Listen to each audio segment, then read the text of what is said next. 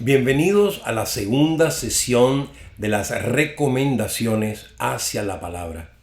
En esta ocasión vamos a compartir acerca de tener un espíritu dócil. Esta segunda recomendación sigue siendo de vital importancia, bien fundamental también.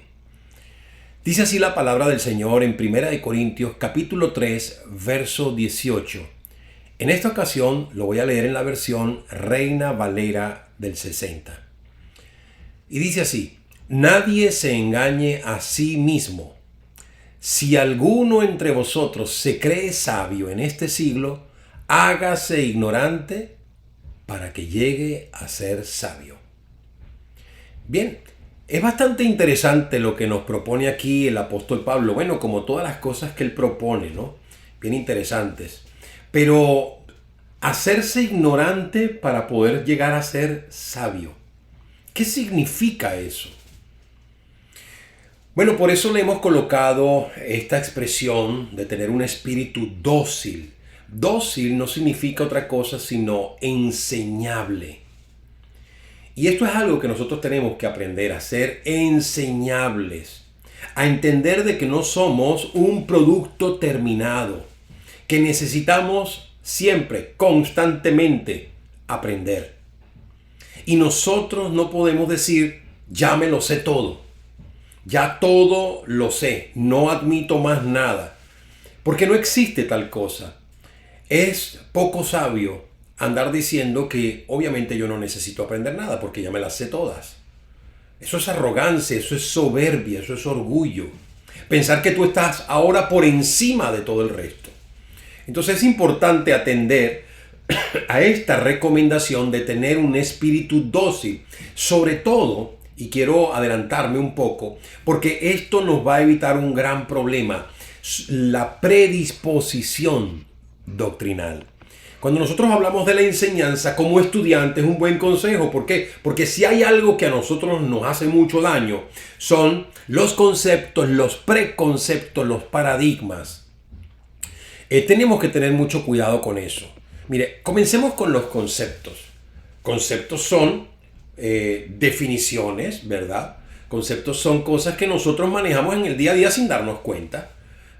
Por ejemplo, hay gente que sabe definir, sabe hacer conceptos, pero la mayoría de las personas no saben tener conceptos claros.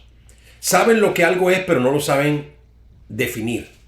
Y eso es un problema, porque entonces tenemos conceptos que no sabemos cómo funcionan. O sabemos lo que son, pero no sabemos definirlos y por lo tanto nos quedamos como cortos en el camino. Pero además de conceptos, no solamente está ese peligro, sino los preconceptos, que son peor todavía. Cuando de repente ya yo tengo una cantidad de conceptos y ya tengo lleno mi disco duro, mi biblioteca ya está llena y no admito un libro más, no admito una idea más, no admito una opinión más, no admito una enseñanza más. Yo necesito quitar todo tipo de preconceptos y lo mismo ocurre con los paradigmas. Los paradigmas son ese tipo de ejemplos que nosotros tomamos, ¿verdad? Para repetir modelos que los vamos repitiendo vez tras vez. Y los paradigmas nos limitan demasiado. Entonces, por eso yo hablo aquí de que hay tres cosas que nosotros tenemos que aprender a evitar. Y si hacemos un sano estudio de la palabra, esta recomendación nos va a ayudar a lidiar con el engaño, a lidiar con la manipulación y a lidiar con el conformismo. Estos tres elementos que señalo ahora son bien peligrosos, que nosotros debemos aprender a resistirnos al engaño, a la manipulación y al conformismo. Ahora, si ve, obviamente yo sé que usted ha estado revisando más abajo en la lectura y se ha dado cuenta de que hablamos de las redes sociales, de las ideas y opiniones y las palabras y definiciones.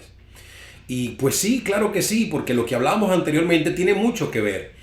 Nosotros muchas veces damos por hecho que lo que en las redes sociales se dice es verdad.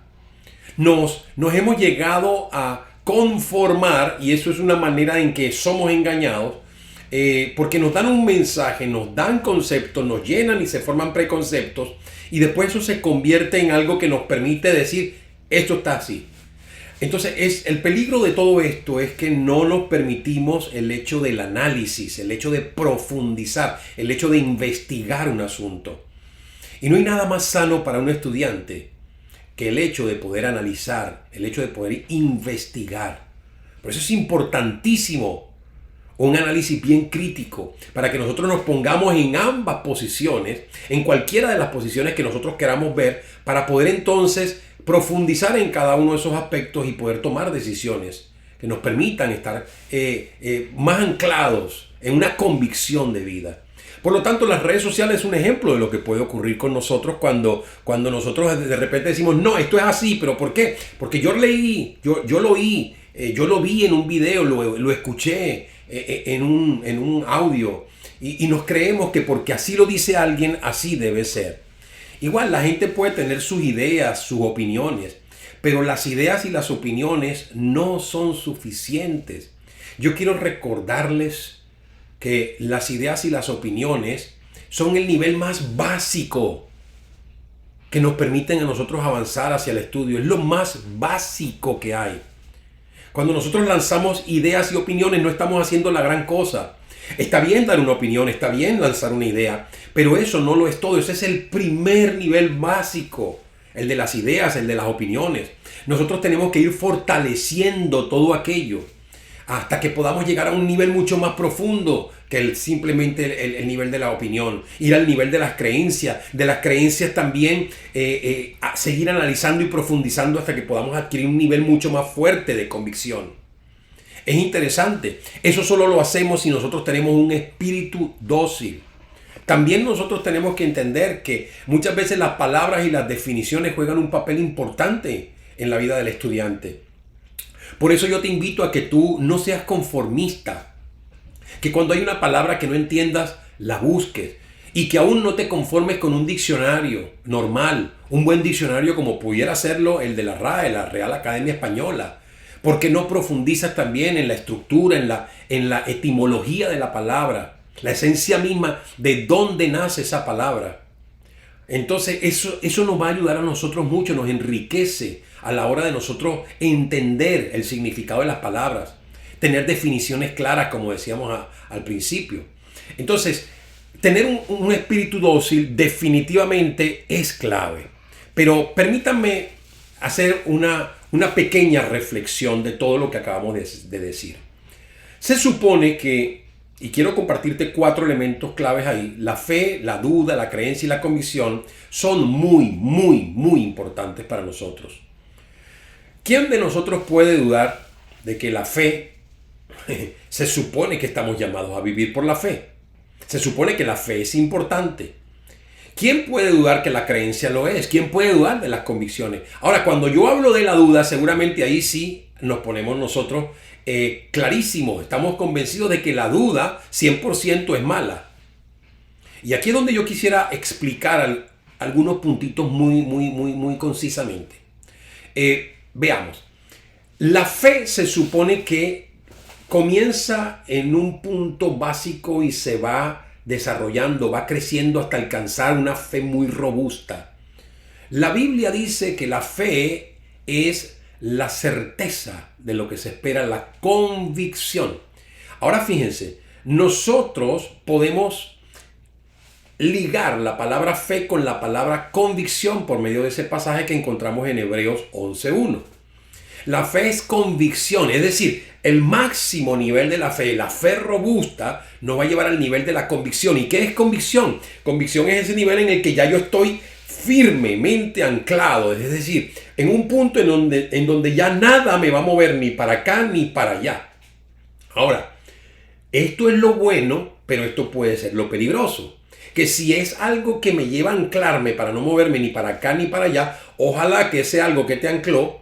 Ojalá que esa fe que adquiriste sea de la que dice también la Biblia. Viene la fe por el oír y el oír la palabra de Dios. Porque solamente cuando la fe viene por la palabra de Dios y no la fe en cualquier otra cosa, porque ahí es donde está el peligro, que nosotros adquiramos convicciones fuera de la palabra, en cualquier otra cosa. Entonces, ¿estamos llamados a la fe? Claro que sí. Pero para poder llegar a la convicción, hay un consejo que yo quisiera darles. Ojalá nunca se les olvide esto. Perdón. Para que nosotros podamos llegar de la fe básica a la convicción, obviamente pasamos de la fe que empieza por las opiniones, ya lo dijimos antes, y se va sumando las creencias, lo cual ya es muy bueno, pero tenemos que llegar al límite, que es llegar a la convicción. Esa es la meta, ¿sí? Ahora, ¿qué pasa? Que establezcamos que de lo único que yo no puedo dudar, y aquí es donde quiero que sepan que yo sí creo que hay un lugar para la duda. Yo no voy a satanizar la duda como muchos hacen. He oído muchos predicadores, he oído muchos enseñando acerca de la duda, como que si la duda fuera del diablo, como que si todo lo que se duda no es de Dios. Ahora, déjeme decirle y permítame afirmar esto con lo que estoy exponiéndoles de la palabra de Dios. Si yo quiero llegar a la convicción de lo único que yo no puedo dudar es de la Biblia, de lo que la palabra dice. Ahí sí es verdad que yo no pongo en duda nada. No estoy llamado a dudar de lo que la Biblia dice. Estamos totalmente de acuerdo. El mensaje no es el objeto de la duda, pero el mensajero sí. Es decir, tenemos que tener cuidado con este punto que acabo de decir. Porque yo necesito poner en duda al mensajero.